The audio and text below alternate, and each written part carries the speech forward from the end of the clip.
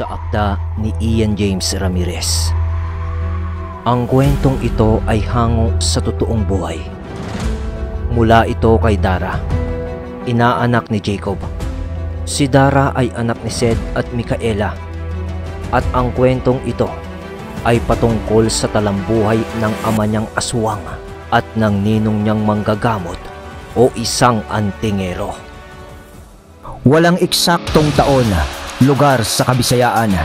Mga kabagis, umpisahan ng paganahin ang ating mga imahinasyon sa paki ng subscribe button. Salamat. Itong mga panahong ito, kasalukuyang nakatira sina Sed sa bayan ng Sagay, kung saan malapit sila nun sa merkado. Isang baryo ang pagitan sa bundok na kinaroroonan ng iba niyang mga kapamilya, ang mga Hiran. Isang araw, habang nagtatrabaho noon si Sed sa bagsakan ng kopra, nagbababa sila noon ng mga koprang nakakarga sa truck ng kanilang amo. Lagi siya noon na pinagtitinginan ng kanyang mga katrabaho dahil sa wala siyang tigil sa pagtatrabaho na parabang hindi nakakaramdam ito ng pagod. Kaya naman, marami sa kanya nung naiinggit dahil paboritong-paborito si Zed o si Cedric noon ng kanyang amo dahil sa kasipagan na pinapakita nito.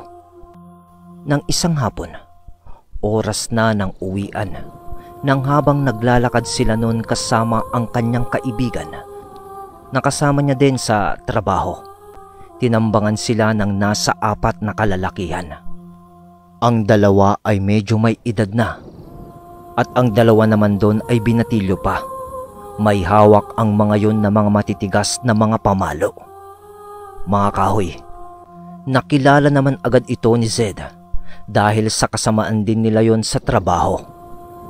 Masama ang titig ng mga yon sa kanya. "Oh, mga kaibigan, anong atin? Sasama ba kayo sa pag-uwi namin sa aming mga bahay? Tara, inom tayo." Wika pa ni Sed sa mga ito na tila ba hindi man lang nababahala sa mga lalaking yon. At kahit alam na niyang may masamang pakay siguro ang mga yon, ay pinipilit niya pa rin ang mga yon na kaibiganin. Ngunit ramdam na niya ang masamang balak ng mga ito sa kanya dahil sa ang mga lalaking yun ay madalas siyang pag-initan sa trabaho. Di na lang niya yung pinagtutuunan ng pansin dahil sa mas mahalaga sa kanya noon ang may trabaho kaysa sa makipag-away, kaya't pilit pa rin siyang nakikisama. Ngunit nang akma silang lalampas sa mga kalalakihan, hinawakan siya ng isa sa mga yon at agad na nagwika ng, "Oh, teka lang. Saan ka pupunta? Masyado kang mapapili. Ikaw na lang na ikaw. Di na kami napapansin ng boss natin dahil sa'yo. Kaya dapat kang mawala doon." Wika ng isa sa mga lalaki. Nang sandaling yun ay binulungan ni Sed ang kanyang kasama upang mauna nang umuwi ito. Ngunit nang aalis na ang kanyang kasama, hinataw ito ng isa sa mga lalaki nang may hawak na pamalo.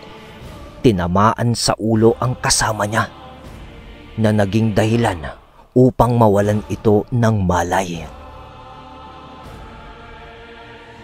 Wala namang katao-tao nun sa lugar maliban sa kanila dahil nasa gitna sila ng medyo mapunong daanan at medyo niyayakap na ng dilim ang buong paligid. Dahil naman sa ginawa ng lalaking yun, di na nakapagtimpi si Sed at agad niyang hinawi ang lalaking nakahawak sa kanya. At dahil doon, siya naman ang pinagbalingan ng mga lalaki upang paluin.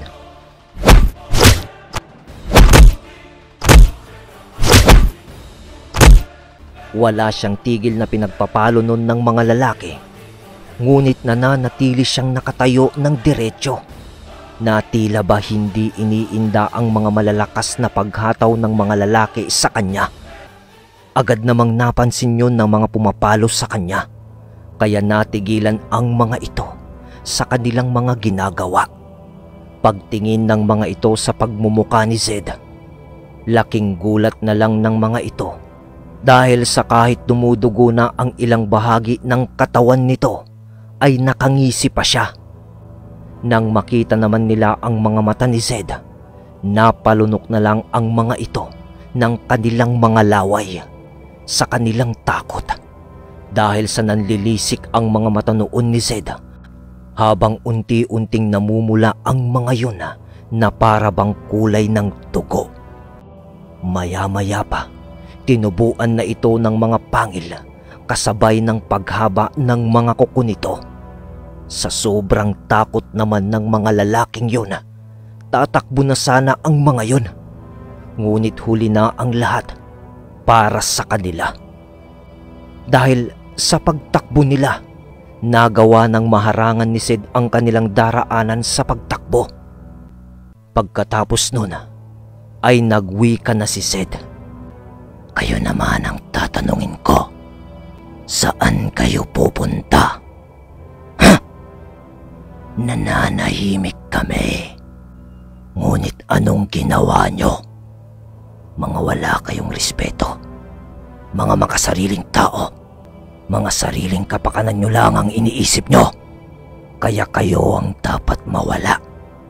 Sambit ni Zed habang nakangisi ito. Habang lumalalim at gumagaralgal na ang boses niya. Nagmakaawas sa kanya ang mga lalaking yun. Ngunit di niya yun pinakinggan. Sa halip ay nilapitan niya ito isa-isa at pinagsasasapak na niya. At naging dahilan ng pagkakawala ng malay ng mga ito. Matapos niyang gawin ang bagay na yun, ginapos niya ang mga ito, gamit-gamit ang mga baging na nasa paligid. Pagkatapos ay hinila niya ang mga yun papasok sa masukal na bahagi ng gubat.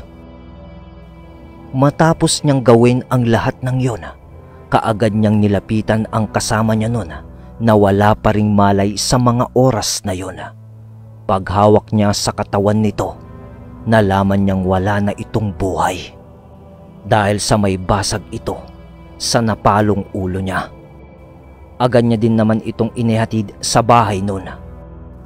Halos maglupasay naman noon ang asawa ng kasama niya nang makita nito ang walang buhay na katawan ng asawa nito. Zed, anong nangyari sa asawa ko? Tanong ng asawa ng kanyang kasama. Agad din naman niya yung tinugunan ng may halong kalungkutan. Ipagpatawad mo sana, Leia. Tinambangan kasi kami ng mga iilan sa aming mga katrabaho. At napas lang nilang asawa mo sa pagpalo sa ulo niya. Sa pag-aakala naman nila na patay na ako dahil sa pagpalo nila sa akin, iniwan na nila ako. Kaya puro dugo at sugat din ang aking katawan. Pagpapaliwanag ni Zed sa asawa ng kanyang kasama. Matapos nun ay agad din naman nang umalis si Zed sa bahay nito at tinungo na ang direksyon papauwi sa kanilang bahay. Sa pagdating nito sa kanilang bahay, labis-labis na lang ang pag-aalala nun ni Micaela sa kanya. Si Dara naman ng mga oras na yun ay mahimbing na natutulog. Mahal, ihanda mo ang ilan sa mga mahalagang gamit natin. Kailangan na nating umalis sa lugar na ito. Babalik na tayo sa baluarte ng Tiyo Arturo. Doon ay mas ligtas tayo. Agad na wika ni Zed sa kanyang asawa. Teka mahal, ano bang nangyari? Tanong naman ni Micaela. Sangkot ako sa isang krimen malapit sa merkado, Micaela. Kaya bago pa man pumutok ang araw, kailangan andun na tayo kay Tiyo. At nang gabi nga na yun, ay umalis na sila sa tinitirahan nilang bahay upang tunguhin ang baryong kinaroroonan ni Natandang Arturo. Di na rin pumasok nun si Zed sa kanyang pinagtatrabahuan dahil sa kanilang bigla ang paglisan doon sa baryo. Dahil naman sa mga aswang ang mag-asawa, madali lang nilang narating ang lugar Karga-karga ni Sed ang anak nila nun na si Dara, na nasa 6 na taon pa lang ang edad. Sa pagpasok nila sa sabulag ng baryo, agad naman silang sinalubong ng bantay doon, kasama ang iilan sa mga kasama din nitong bantay sa paligid. Sed, anong problema? Mukhang ginabi ata kayo ng pagdalaw. Bungad na wika sa kanila ni Mando. Habang paliwanag, Manong Mando. Ang tiyo ho, asan?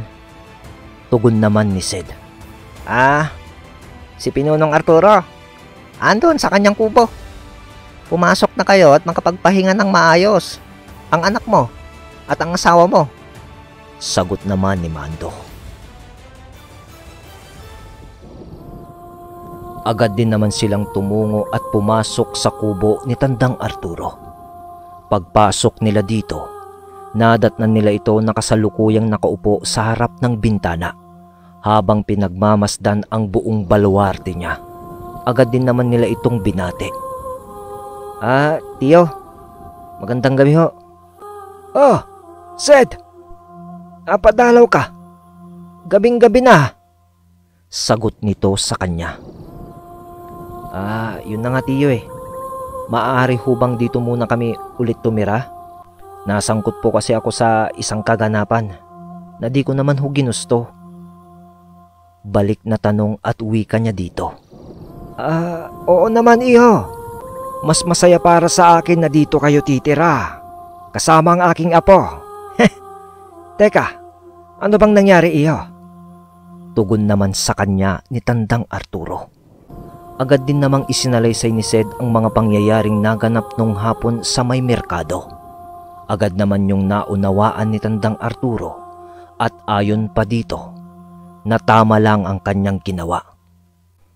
Upang kahit papano mabawasan ang mga taong nanghahamak ng iba para maiangat lamang ang kanilang mga sarili. Matapos ang kanilang mga naging pag-uusap, agad na din silang nagpahinga o natulog ng gabing iyon. Subalit nang tulog na ang kanyang mag-ina, lumabas si Sed ng kubo at tumungo sa grupo ni Mando. Paglapit niya sa mga ito, kaagad niyang sinabi sa mga ito na meron siyang nais ipagawa sa mga yun na hindi niya kayang gawin. Nais noon ni Sed na ipapatay ang mga taong kanyang nakasagupa malapit sa may merkado sa kabilang baryo. Dahil sa di niya kayang pumatay ng mga ordinaryong tao kahit na ito ay masasamang tao pa. Ngunit Sed, kabilin-bilinan ng aming pinunong si Arturo na huwag kaming makikialam sa mga tao. Wika ni Mando sa kanya. Huwag ho kayong mag-alala. Nasabi ko na ang bagay na to kay Tiyo Turo at bayag siya sa aking nais na ipagawa sa inyo. Dahil sa mga taong walang respeto sa kapwa, ang mga taong nais kong ipapatay sa inyo. Dahil pinatay ng mga yon ang kaibigan kong kasama ko sa trabaho. Nang marinig naman ni Mando ang mga sinabi ni Sed, wala namang pagdadalawang isip na sinunod ng mga ito. At nasiyahan pa sila sa nais ipagawa ni Sed sa kanila.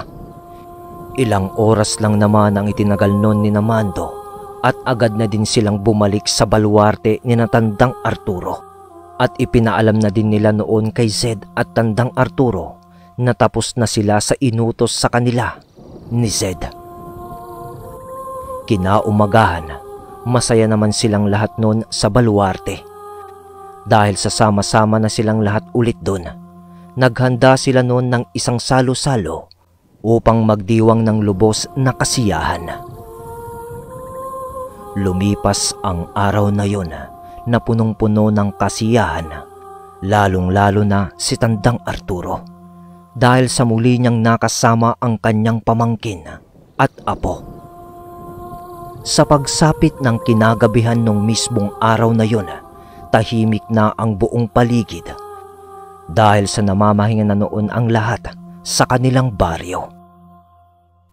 Nagkwekwentuhan pa sila nung mag-anak kasama ni Tandang Arturo nang makarinig sila ng mga pagtatalo at mga angil sa labas ng baryo.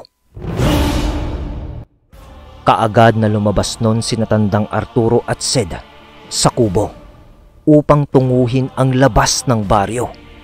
Sa paglabas nila nun, nakaramdam sila ng kakaibang presensya na sa palagay ni Tandang Arturo ay hindi yun nagmumula sa isang elemento, kundi presensya yun ng isang malakas na antingero. Sa paglabas nilang dalawa nun sa baryo, nadatnan nila si Mando at mga kasama nito na nakalupasay na sa lupa, habang merong isang lalaking nakatalukbong at nakatayo sa harapan ng mga ito.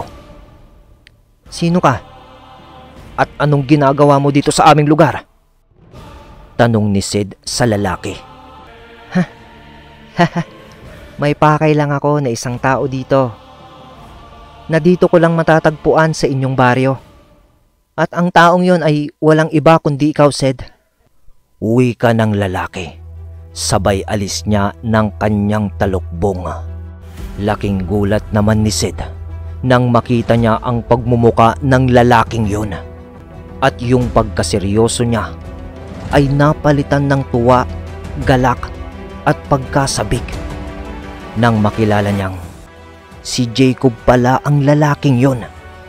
Kaagad niya itong nilapitan at niyakap ng buong kasiyahan. Ganon din naman si Jacob. Musta ka na, pare? Tagal na nating di nagkita ah. Halika, pasok ka muna sa loob ng baryo at nang makapagpahinga ka muna. Pagod ka, no? Batid ko yon. Sa pag-aya naman ni Sed kay Jacob, tinanggal niya muna ang mga tigalpong ibinato niya kina Mando. Agad din namang nakahinga ng maluwag nun si Mando at tumayo sa lupang kanilang kinahandusayan. Agad na humingi ng paumanhin ang mga ito kay Jacob sa ginawa nilang pag-atake dito. Dahil di nila ito nakilala, tinapik lang naman noon ni Jacob ang balikat noon ni Mando bilang pagpapakita ng pagpapatawad o pagkakaibigan. Pagkatapos nun, ay agad din naman silang tumungo sa kubo ni Tandang Arturo upang makapag-usap sila ng maayos tungkol sa pakay ni Jacob kay Sed.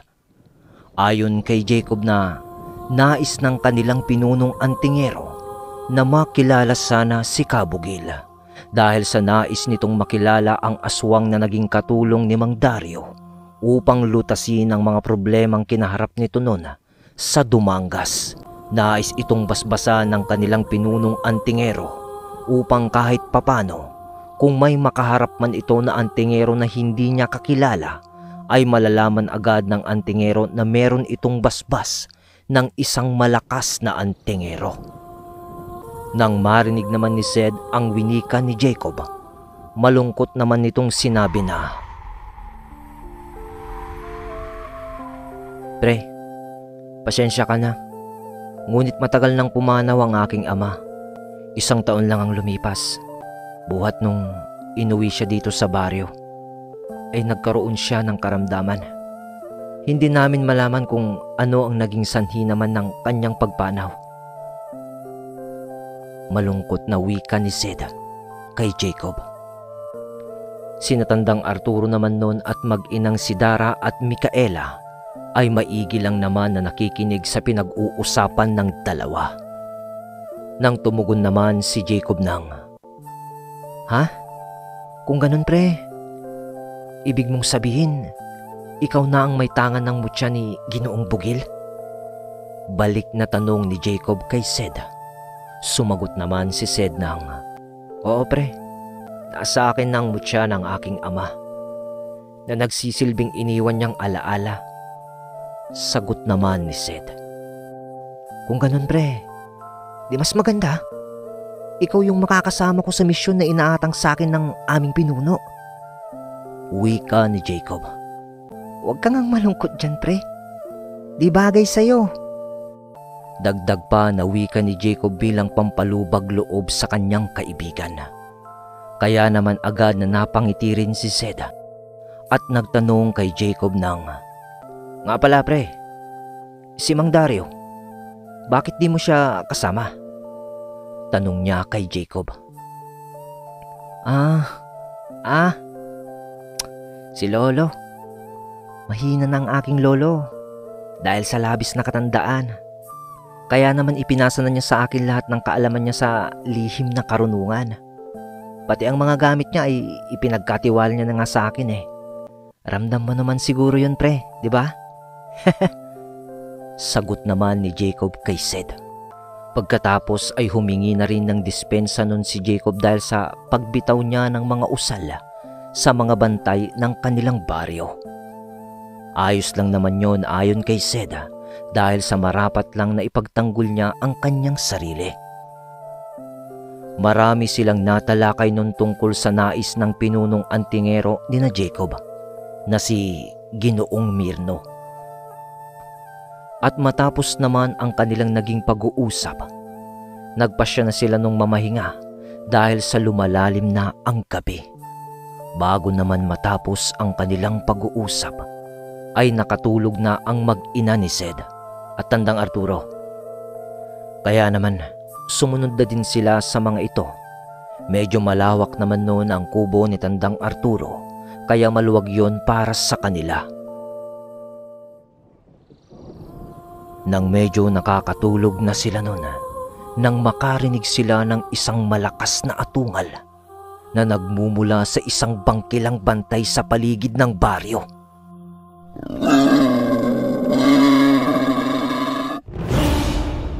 Napabalikwas silang lahat dahil sa pagkaalarma.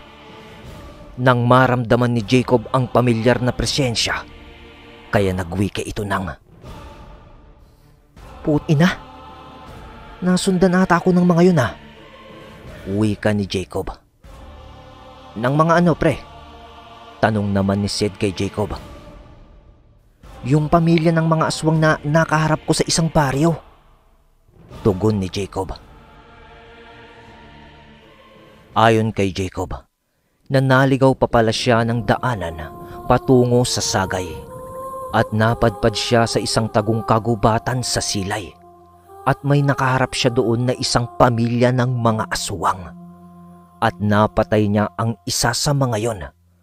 At nang mapatay niya ang isa sa mga yon, bigla namang nawala ang mga kasamahan nun sa paligid. Kaya nagpasya na siyang ipagpatuloy ang pagtungo sa Sagay hanggang sa matagpuan niya ang daan patungo doon. At dahil doon, mabilis silang lumabas sa sabulag ng baryo. Pinaiwan naman ni Sid noon ang kanyang mag-ina sa kubo upang masigurado ang kaligtasan ng mga ito. At sa paglabas nila, ay doon nila nasaksihan ang kasalukuyan na gaganap sa labas ng baryo.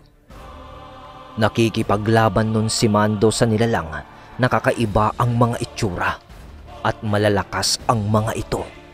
Dahil sa nagagawa nilang mapinsala nun ang ilan sa mga mandirigmang bangkilan sa baryo ni Tandang Arturo. At dahil sa mga nangyayaring yun, nabulabog ang buong balwarte ni Tandang Arturo hanggang sa umabot na ang mga kaganapang yun sa pamilya ng mga gabunan sa baryo. Sa makatuwid, kinakalik. Habang nakamasid sina Sed sa mga nagaganap sa labanan, may 3 mga malalaking nilalang ang lumundag sa ulunan nila. Pasugod sa nagaganap na digmaan, sinakalik yon kasama sina Im at Kiaan. Dahil sa mga panahong ito ay pumanaw na si Nurem at si Kiaan ang sumalo sa tangan nitong mutya. Sa paglapit naman ng mga yun sa labanan, malalakas agad na kalabog ang umalingaw-ngaw sa paligid. Ngunit sa paglabas noon ng mga gabunan, ay natigilan na ang mga sumalakay at agad na nagwika ang isa sa mga yun ng, "Nasa isang baryo pala kami ng mga gabunan at bangkilan na. Nakakapagtaka naman atang dito ka tumungo, antingero. Ang lakas ng loob mong pasukin ang teritoryo namin. At pinaslang mo pa ang isa sa aming mga kapamilya. Magbabayad ka sa ginawa mo." Uwi ka ng nilalang. Paano ko siya hindi papaslangin? Siyang nauna. Binalak niya akong paslangin eh. Nakikiraan lang naman ako sa teritoryo nyo. Sagot naman dito ni Jacob. Kahit na, kilala mo ang lahi namin ng tingero. Hindi kami titigil hanggat hindi kami nakakaganti sa taong may kasalanan sa amin. Kaya humanta ka ang tingero. Tugon naman ng nilalang kay Jacob. Nasa 12 ang mga nilalang na yun na pare-pareho ang kaanyuan. Ops. Teka lang. Di naman ata kami makakapayag noon. Kaibigan namin itong tinutukoy niyong antingero. Kaya kung nais niyo siyang kalabanin, dadaan muna kayo sa mga kamay namin. Nagkamali ata kayo ng teritoryong pinasukan. Mga unggoy na mga aswang. Wika naman ni Sed. Teka lang pre, ano bang layang mga yan? Dagdag na wika ni Sed sabay tingin kay Jacob. Sila ang mga ikugan pre. Ang pamilya ng mga unggoy na aswang. Sagot ni Jacob kay Sed. Konting kaalaman lang mga kabagis. Ang mga ikugan ay lahi ng mga aswang na may kaanyuan na isang unggoy na nabubuhay nung unang panahon. At ang mga ito ay naninirahan sa mga kagubatan malayo sa mga tao. Bihira lang silang umatake sa mga tao. Ngunit mabagsik ang mga yon sa mga taong nagawan sila ng isang kasalanan o ginambala sila sa kanilang tirahan. Balik tayo sa kwento. Nang malaman ni Sed mula kay Jacob ang lahi ng mga aswang na yon, ay nagulat ito dahil nabanggit na sa kanya ng kanyang ama ang patungkol sa mga ikugan. At ayon sa kanyang naaalala, di birong kalaban ang mga ganong uri ng mga nilalang dahil sa malalakas at mabibilis ang ganoong klase ng mga aswang. Kaya nitong makipagsabayan sa isang gabunan dahil sa matitipunong katawan ng mga ito na may mahahabang kamay at paa at mga buntot nang dahil sa haba naman nun na kayang gumapos ng mga kalaban. Agad din naman ulit na baling ang kanilang atensyon sa mga nilalang nang magwika ang isa sa mga yun nang, Ibigay niyo sa amin ang antingerong yan. Mga kauri namin kayo, di ba? Bakit kayo nakikipag-ugnayan sa kalaban ng ating lahi? Wika ng mga pinuno ng nilalang. Agad din naman na sumagot si Sed nang, Gusto mo bang malaman kung bakit? Simple lang. Dahil kaibigan siya ng buo kong kapamilya. Sagot ni Sed. Kung ganon, wala na kaming magagawa kundi ang makipagdigma sa inyong buong angkan. Makuha lang at mapas lang ang antingerong yan. Muling tugon ng mga nilalang. Kaya naman muli silang naalertong lahat sa mga binitiwang salita ng mga nilalang. Batid na nilang lahat na may kaguluhang magaganap sa sandaling yon. Nagsiangil na ang mga nilalang na yon na tila ba handang-handa upang sila ay sugurin.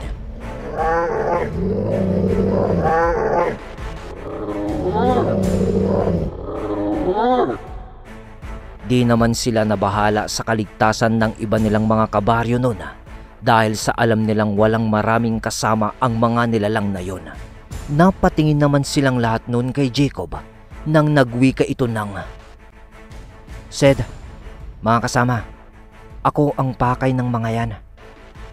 Kaya ipaubayan nyo na lang sa akin ang mga demonyong yan. Gusto nila ng ubusan ng lahi. Pues, ibibigay ko yun sa kanila. Ngunit nang hahakbang na sana si Jacob upang kaharapin ang mga nilalang, hinarang ni Sed ang kanyang kamay dito at sinabing, Hindi pre, diyan ka lang. Kami na ang bahala sa mga yan. Nasa teritoryo namin sila. Kaya karapatan namin na ipagtanggol ang aming baryo laban sa mga sumasalakay na ibang lahi. Wika naman ni Sed kay Jacob.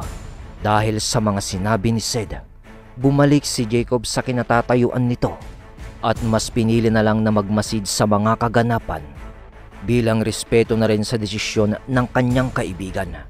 Tumangulang naman sa kanya nun si Nakalik at Naim maging si Kiaan at ang mga bangkilang kasama ni Tandang Arturo bilang pagpapakita ng pagsang-ayon sa sinabi ni Sed. Kaya naman, wala nang nagawa si Jacob kundi sumang-ayon na rin sa sinabi ni Sed. Pero nagwika pa ito na kung sakaling kailangan nila ang tulong ni Jacob, di siya mag-aatubiling makipagdigma din kasama nila. Naisip din kasi ni Jacob na kung sakaling magbitaw siya ng mga orasyon, ay maaari din nung maapektuhan sina Sed at ng mga kasama nito. Samantala, tumaas na ang tensyon sa pagitan ng dalawang panig at puro angil lang ang maririnig sa mga ito. Nang magwika ulit ang isa sa mga ikugan ng, Bakit nyo ba pinoprotektahan ang tingerong yan? Nasisiraan na ba kayo ng ulo? wika ng nilalang. Uulitin ko pa ba? Di yata kayo marunong makinig ah. Kaibigan siya ng aming pamilya. Tugon dito ni Sed. Kung ganon, kasama kayong mamamatay ng antingerong yan. Wika ng mga nilalang. At nag-umpisa na nga ang mga nilalang na yun na sumugod. At dahil doon, wala nang nagawa sina Sed kundi ang gumanti rin sa pagsugod agad.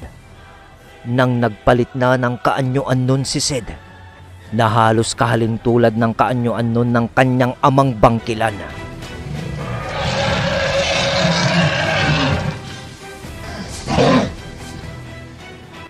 Pero mas nangingibabaw nun ang dugo ng isang gabunan kay Sed. Kaya naman, mas naging mabagsik ang itsura nito na labis na ikinagulat ni Jacob dahil sa di niya inaasahan na ganun pala kalakas ang kaibigan niyang aswang. Si Kalik naman nun ay nasa malademonyo din nitong kaanyuan.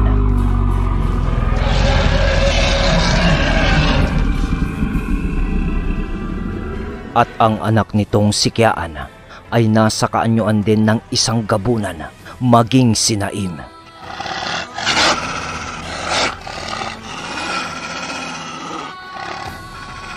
Si Tandang Arturo naman noon ay nagpalit na rin sa anyo sa isang napakalaking baboy ramo.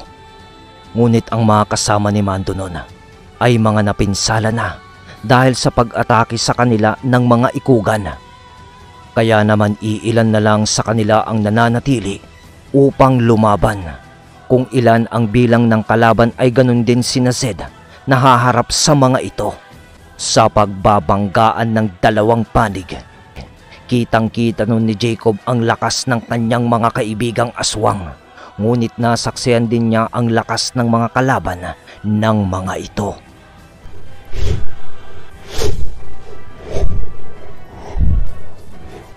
Nasa ere nun si Sed habang lumilipad nang lundagan siya ng isa sa mga nilalang at hinatak ito paibaba.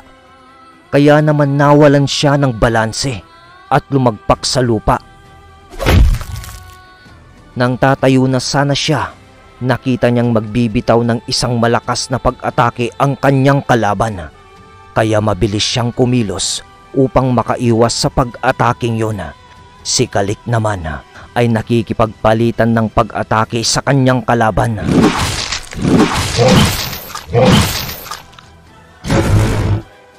At halos mamarehas lang ang puwersa ng dalawa. Si Kiaan naman at Naim noon ay buong lakas ding nakikipagbuno sa mga kalaban nila.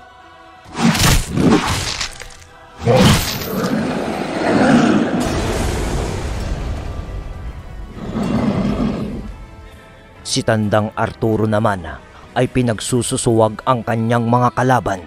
Ngunit mabilis lang yung naiiwasan ng kanyang mga kalaban.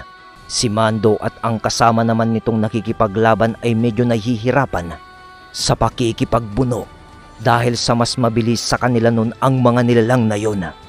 Kitang-kita lahat ni Jacob ang mga nangyayari. Nang mapansin niya ang pagbalibag ng isang ikugan nun sa kasama ni Mando. Di na halos makagalaw yun dahil sa lakas ng pagtama nun sa lupa. Sumusuka na yun ng dugo. Dahil doon, nawala ang atensyon ni Mando sa kanilang mga kalaban. dahil napatingin sila sa kanilang kasama, kaya naman nadakma sila ng mga kalaban nila at nasapak. Halos kumawala na nun ang wisyo ni Mando dahil sa pag-ataking kanyang natanggap. Lalapain na sana si Mando nun ng kanyang kalaban nang biglang mula sa baryo ni Tandang Arturo, meron pang 2 gabunan ang lumabas mula doon at agad ng mga itong inatake ang nilalang na gumapos kay Mando. Sa paglapat ng pagkalmot ng 2 gabunan na yun sa nilalang, napasigaw yun ng sobrang sakit dahil sa bumaon ang mga kuko ng mga gabunang yun sa magkabilang likod ng nilalang. Sa pagsilay naman ni Sed at Kalik sa mga ito, napangiti pa ang 2 dahil sa sina Miela at Micaela ang 2 gabunang yun. Dahil naman sa natamong pinsala ng isang ikugan, natigilan ang mga kasama nito. Maya-maya pa ay nagsisigaw na ang nilalang na yun dahil sa galit. Kaya naman, mas naging alerto si Sed ng mga sandaling iyon. Dahil sa alam niyang di na magpapapigil ang mga nilalang na yun sa nais ng mga ito na kaharapin sila.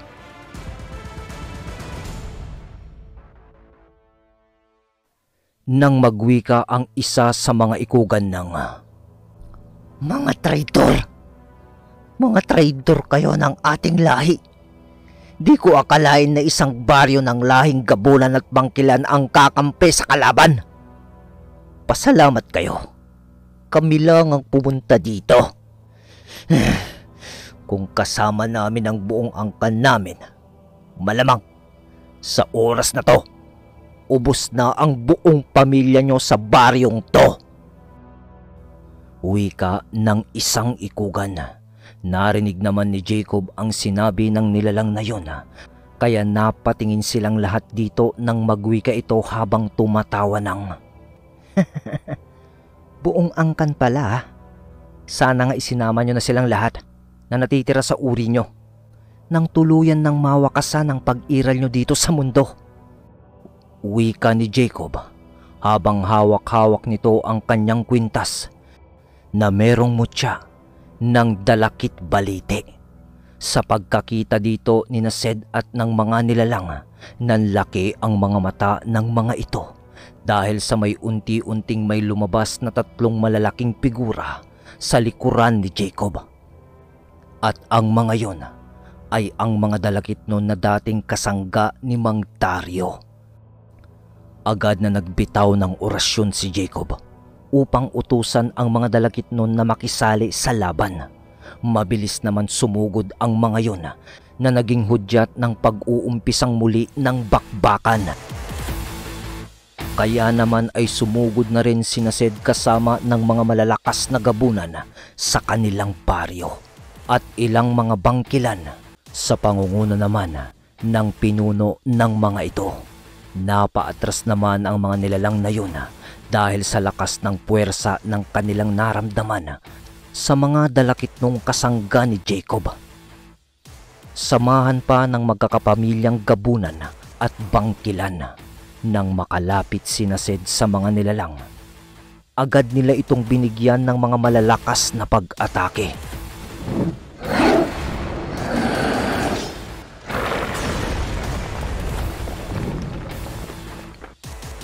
Nabawasan na agad ng isa ang mga nilalang na yun dahil sa nanghihina na ang isa sa mga yun dahil sa pag-ataking natanggap nun kay Miela at Micaela. Sa malalakas naman na paghataw ng mga dalakit nun sa mga kampilang hawak ng mga ito, isa-isa sa bawat nilalang na yun ang bumabagsak sa lupa kapag tinatamaan ng mga yun ng talim ng kampilan. Ang mag-anak na gabunan naman nun na sina Kalik, Miela at Kiaan kasama ni Naima ay pinagtutulungan na ang bawat isa sa mga ikugan na mabilis naman nilang nagagapi. Si Sed at Micaela naman ay winawasak ang bawat ikugan na kanilang madakip.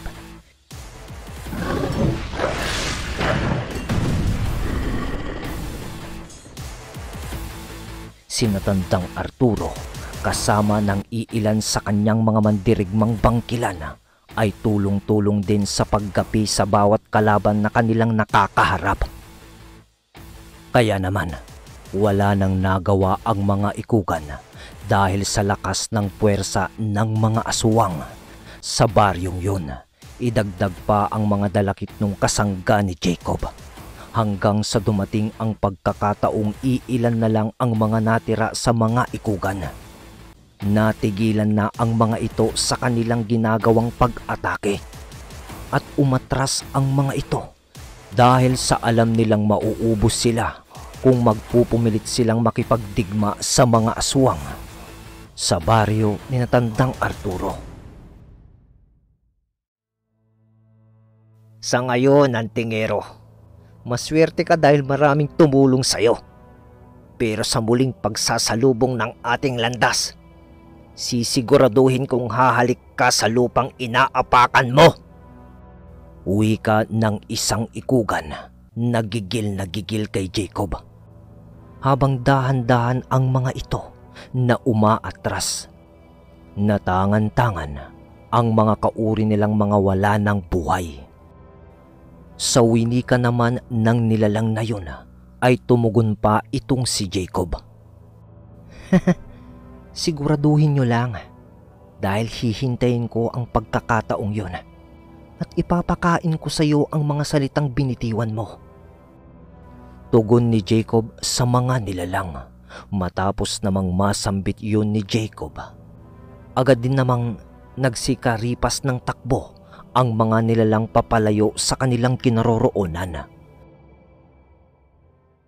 Matapos nilang matalo ang mga nilalang,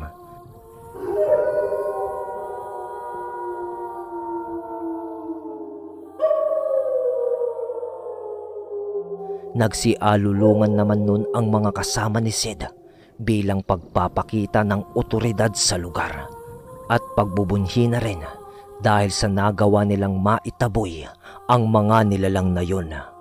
Aminado silang lahat noon sa baryo na kung mas marami ang mga nilalang na yun, marami ang magbubuwis sa kanila ng buhay, na agad namang sinalungat ni Jacob at sinabing di niya hahayaang mangyari ang mga bagay na yun dahil sa itinuturing niya na rin na kapamilya ang mga aswang na kapamilya ni Zed sa baryong iyon.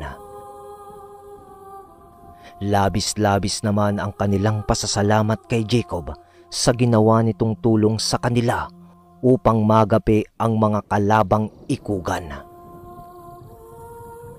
Matapos ng mga pangyayari, kaagad naman silang pumasok sa baryo at nilapatan na ng lunas ni Jacob ang mga bangkilan na nagtamo ng mga malulubhang pinsala sa naganap na sagupaan. Nang matapos si Jacob sa panggagamot, agad na rin naman silang nagpahinga ng gabing iyon. Ang mag-anak naman noon ni Kalik kasama ni Naim ay tumungo na rin sa kanilang bahay pahingaan upang makapagpahinga.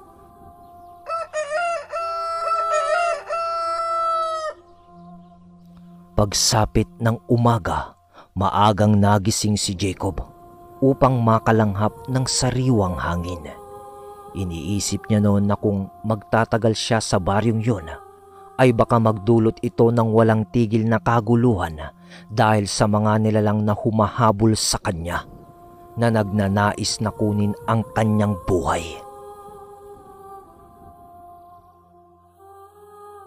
Ilang oras pa ang lumipas, sumisikat na ang araw, at ng oras ding yon ay nagising na ang lahat na nasa baryo, kasabay ng mga pagtilaok ng mga manok na alaga ng mga ito.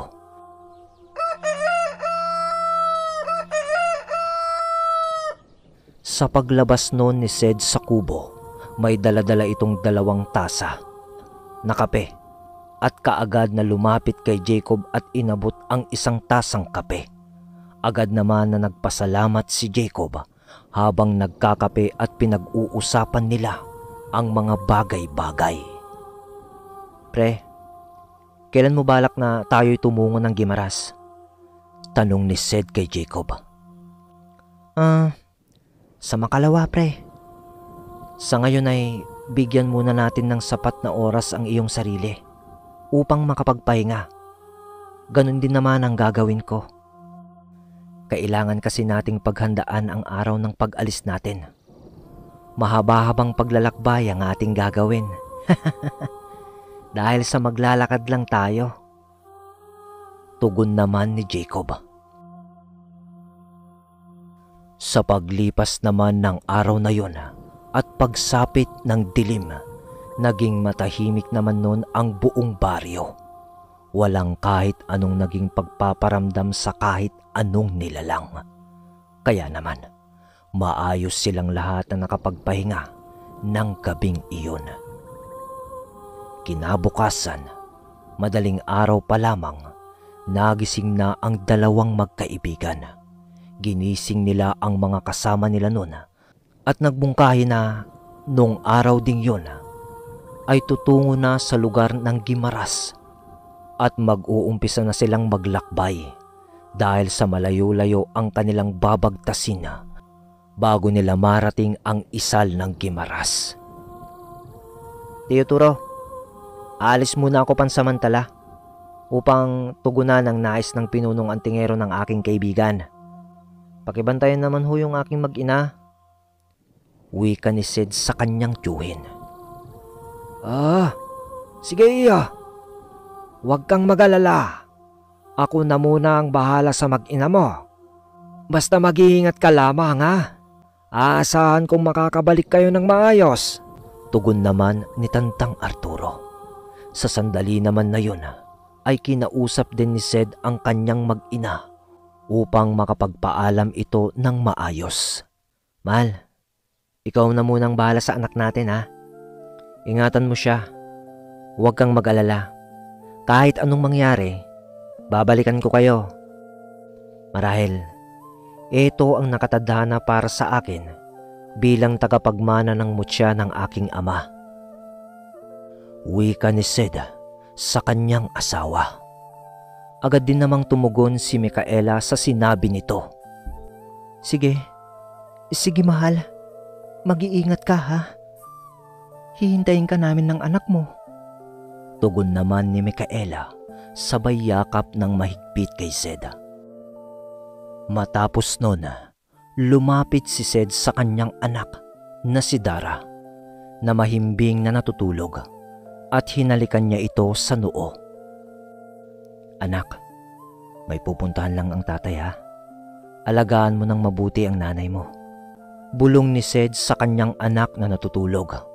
Matapos makapagpaalam ni Sed sa mga kasama niya, lumabas na sila ng kubo patungo sa labas ng baryo.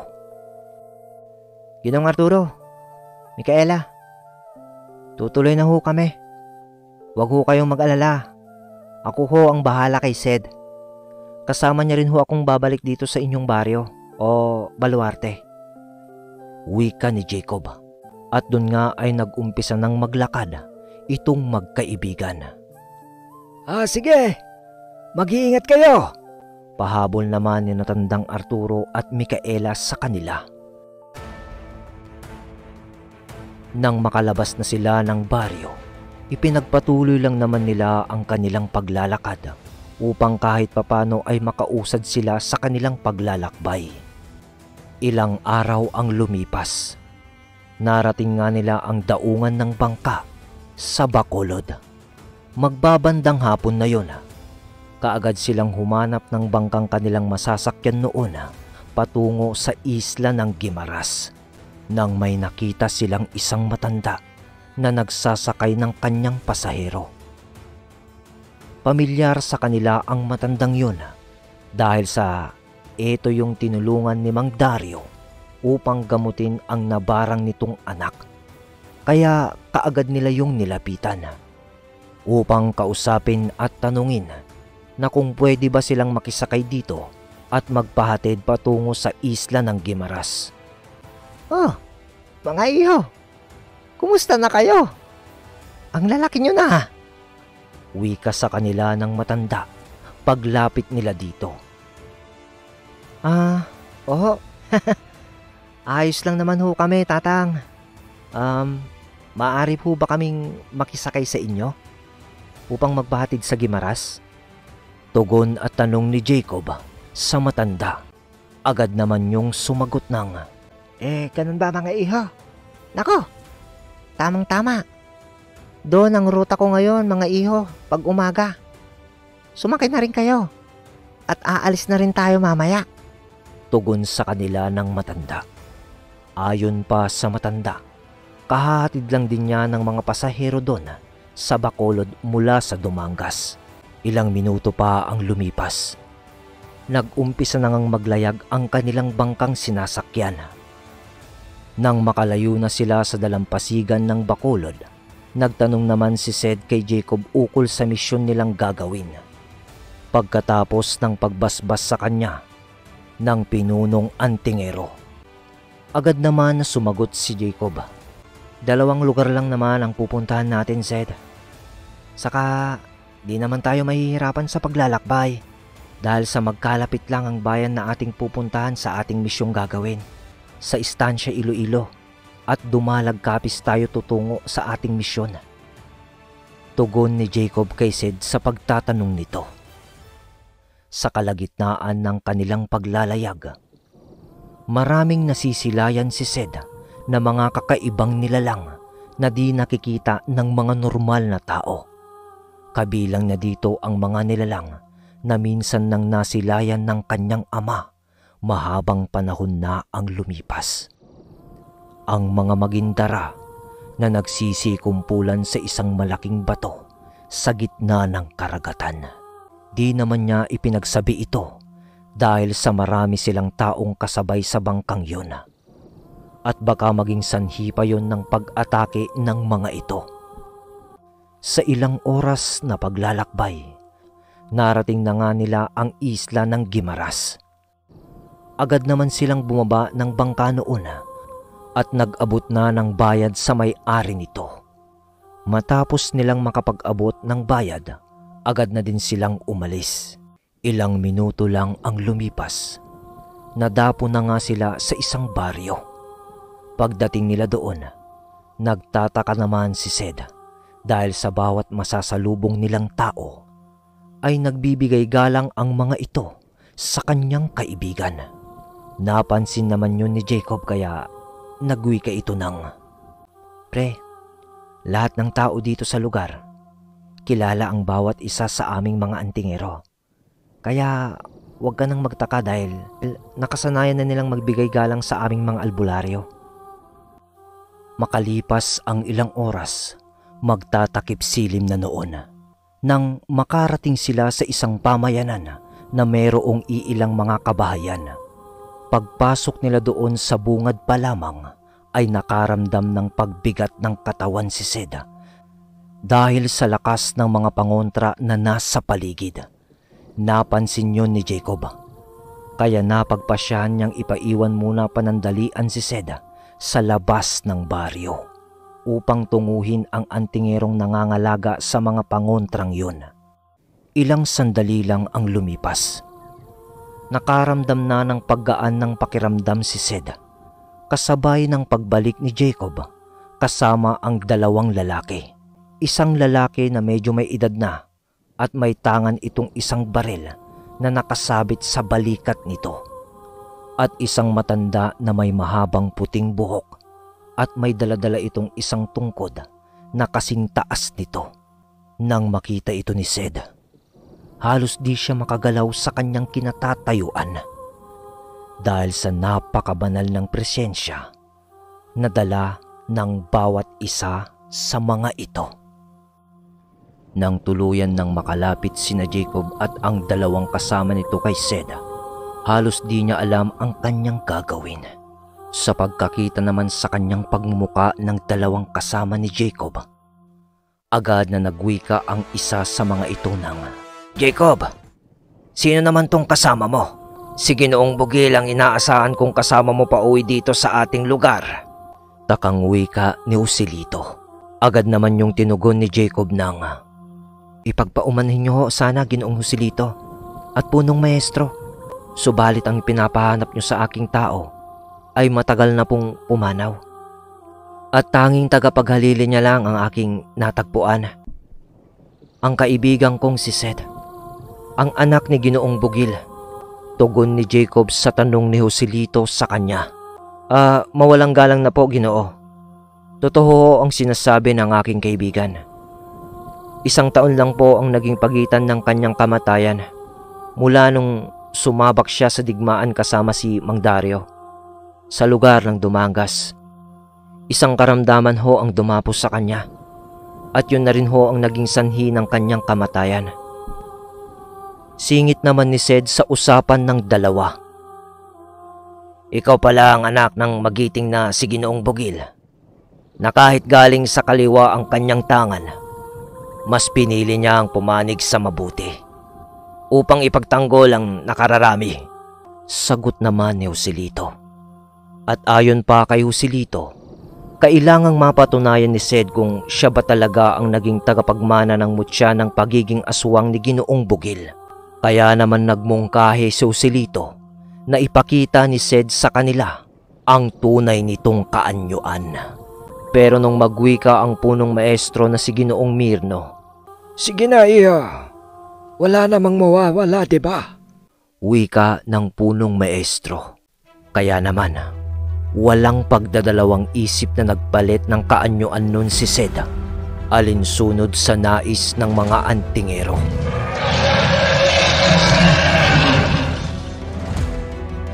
Matapos niya itong gawin, halos nabulabog ang maliit na pamayanang yun dahil sa kanyang ginawa. Isa-isang nagbukas ang mga ilaw ng mga tahanan doon at nagsilabasan ang bawat lalaki sa bawat bahay na nandoon. Nalabis namang ikinabahala ni Sed, pero nawala lang ang pakiramdam niyang yun nang muling magwika ang punong maestro ng Marapat lang na makilala kanilang lahat iyo at ang iyong kaanyuan. Sige na, sapat na ang nakita naming lahat. Maaari ka nang bumalik sa orihinal mong kaanyuan at tutuloy na muna tayo sa aking bahay pahingaan upang makapagpahinga. Alam kong malayo ang inyong nilakbay ni Jacob. Marating lang ang aming lugar. Hindi man ikaw ang pakay naming tao dahil sa ito'y pumanaw na, ay lubos pa rin akong nagpapasalamat sa iyo dahil pinaunlakan mo ang aking nais. Matapos yon ay agad na silang tumungo sa kubo ng punong maestro. Pagpasok nila dito, tumambad kay Sed ang napakaraming gamit mula sa kanan. Yon ang nasa loob ng kubo ng matanda. Agaw pansin din sa kanya noon ang isang santo na nakapaloob sa isang altar na halos di niya magawang tignan. Dahil sa nasusunog ang kanyang paningin sa tuwing sinisipat niya ang santong iyon. Agad naman yung napansin ng kanyang mga kasama, kaya naman nagmungkahi sila na papasukin na si Sed sa silid na pagpapahingaan nito upang sa ganun ay mapanatag ang kanyang sarili at makapagpahinga ng maayos. Ayon sa punong maestro na bukas din ay babasbasan niya na ito, subalit dadaan muna siya sa isang pagsubok upang mapatunayan ang kanyang pananalig sa puong may kapal. Lumipas ang gabing yun. Maayos namang nakapagpahinga si Sed sa tahanan ng punong maestro.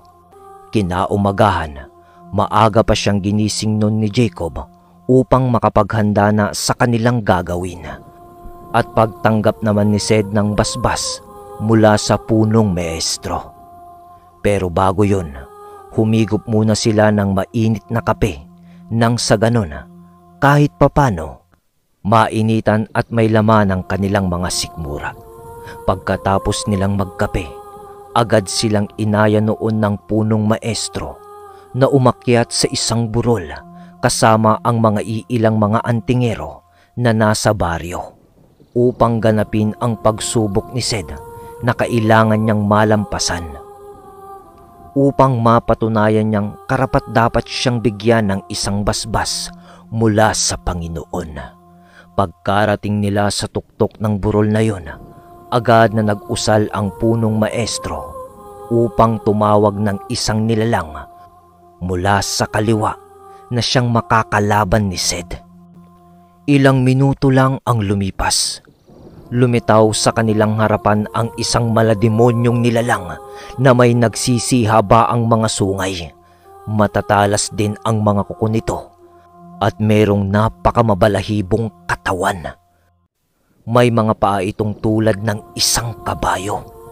Matipuno ang pangangatawan at may mga mata itong nagniningas na kulay pula. Iha, siya ang kailangan mong talunan upang makuha mo ang basbas mula sa Panginoon. Subalit, kapag ikaw ang kanyang natalo, magsisilbing pagkain niya ang kaluluwa mo. Isa siyang demonyo na nasa ilalim ng aking pamamahala. Ikinulong ko siya sa isang dimensyon na tanging siya lamang ang maaaring mabuhay. Wika ng punong maestro kay Sed paglitaw ng nilalang sa kanilang harapan. At ikaw naman, demonyo, kapag natalo ka sa duelong ito, yun na ang udyat ng iyong kamatayan. At pag nanalo ka, syempre, mananatili kang buhay sa dimensyong pinakalalagyan mo. Dagdag pa ng matanda habang nakatingin sa demonyo. Agad naman na sumingit ng salita ang demonyong yon. Siguraduhin mo lang, tanda, na malakas ang iharap mo sa akin ngayong gabi. Dahil kung hindi, gagamitin ko ang taong yan upang makatakas sa dimensyong pinaglagakan mo ng aking katawan at kaluluwa. Si Sid naman noon ay medyo kinakabahan dahil sa noon pa lang siya nakakita ng ganoong klase ng nilalang. Ramdam na ramdam din niya noon ang napakaitim at malakas nitong presensya. Ang mga kasama naman nila noon, pati si Jacob, ay nakaantay lang at nagmamasid di kalayuan sa kanila. Ilang minuto pa ang lumipas. Nagbigay na ng hudyat ang pinunong maestro upang simulan na ang pagsubok ni Sed. Laking gulat naman ni Sed nang biglang humugot ng isang tabak ang demonyo sa ilalim ng lupa. Napakahaba ng tabak na yun na labis namang ikinabahala ni Sed. Subalit biglang nagwika noon si Jacob ng, Sed, huwag kang matakot. Alalahanin mo, naghihintay sa iyo ang iyong mag-ina o pamilya na umaasa sa iyo. Wika nito na medyo pasigaw. Matapos yung marinig ni Sed, ay tila ba nagkaroon siya ng lakas upang kaharapin ng buong tapang ang demonyong yon. Kahit na di ito ang orihinal nitong katawan, ay kitang-kita ni Sed ang pagiging mabagsik nito.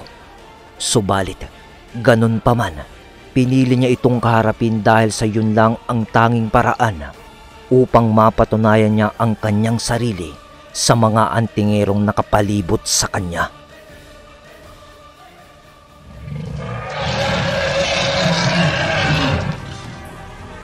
Sa puntong iyon ay nagpalit na ng kaanyuan bilang isang malademonyong gabunan itong si Sed. At ilang sandali pa, nauna nang umatake sa kanya ang kanyang katunggaling demonyo. Agad siya nitong hinataw ng hawak nitong tabak na mabilis niya namang iniwasan. Pinili niya noong lumipad sa ere, subalit laking gulat na lamang niya nang biglang lumipad din ang demonyong yun, kahit na ito'y walang tangan na mga pakpak. Parang nagulat ka ata, binata. Tilang ikaw ang may kakayanang lumipad. Wika ng demonyo. Mabilis namang yung umataking muli kay Sed na agad naman niyang iniwasan. Iniingatan niyang matamaan siya ng tabak na hawak nito dahil sa humihigop yun ng kaluluwa ng kahit anong nilalang ayon sa kaibigan niyang si Jacob. Bumaba na siya noon sa lupa upang sa ganun ay mas makakilos siya ng mas maayos. Patuloy lang naman ang pagmamasid ng mga antingero na kasama niya noon sa pakikipagduelo niya sa demonyo. Gumaganti naman siya ng pag-atake noon sa demonyo, subalit pareho sila noon na di magkatamaan. Ngunit sa muling paghataw sa kanya ng demonyo ng tabak nito, naiwasan yun ni Sed at gumanti siya noon ng isang malakas na tadyak dito na tumama naman sa braso ng nilalang, dahilan upang mabitawan nito ang tabak nitong hawak. Ngunit gumanti din yun sa kanya ng isang malakas na pagsapak na tumama sa kanyang pagmumuka. Tumalsik si Sed noon na halos ilang dipa ang layo dahil sa lakas ng pagkakatama sa kanya ng atake ng demonyo. Agad din namang bumangon si Sed noon kasabay ng mabilis niyang pagsugod sa demonyo. Inisip niya noon na kaya niya itong labanan ng sabayan dahil sa wala na itong hawak na sandata. Nang magpang-abot ang dalawa,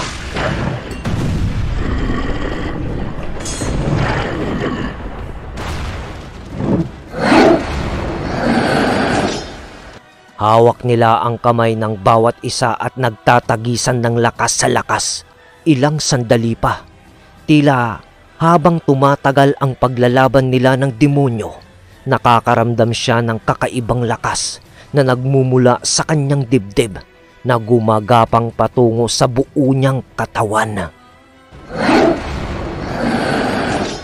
Kaya naman pumasok sa isip niya noon na sa tangan niyang birtud nagmumula ang lakas na yun na dumadaloy sa buo niyang katawan. Maya-maya pa, nagtaka naman si Sed noon nang biglang mabakas niya ang pagkatakot sa muka ng demonyo dahil sa gulat na gulat itong nakatitig sa kanya, at mas lalo pa niyang ipinagtaka nang magwika ito ng, Hindi maaari. Bakit tumadaloy sa katauhan mo ang kapangyarihan ng isang dyablo ng liwanag at dilim? Wika ng demonyo kasabay ng pagbitaw at pag-atras niya mula kay Sed. Labis namang ipinagtaka ni Sed ang winika at inasal ng demonyong kanyang katunggali. At mas lalo na siyang nagtaka nang lumuhod sa kanyang harapan ang demonyo at nagbigay pugay ito sa kanya. Ngunit, ganun pa man, wala naman siyang pagdadalawang isip na sinakal ang demonyo. Kasabay ng pagwiwika niya ng, "Huwag mo akong sambahin na parang Panginoon. Isa lang akong hamak na nilalang na naghahangad ng kabutihan dahil ang abilidad kong ito kailanman ay di ko gagamitin sa kasamaan." Wika ni Sed sa demonyo, pero pagkatapos niyang masambit yun, wala naman niyang pagdadalawang isip na ibinaon ang kanyang mga kuko sa dibdib nito. Matapos niyang gawin yun, unti-unting naglaho ang katawan ng demonyo.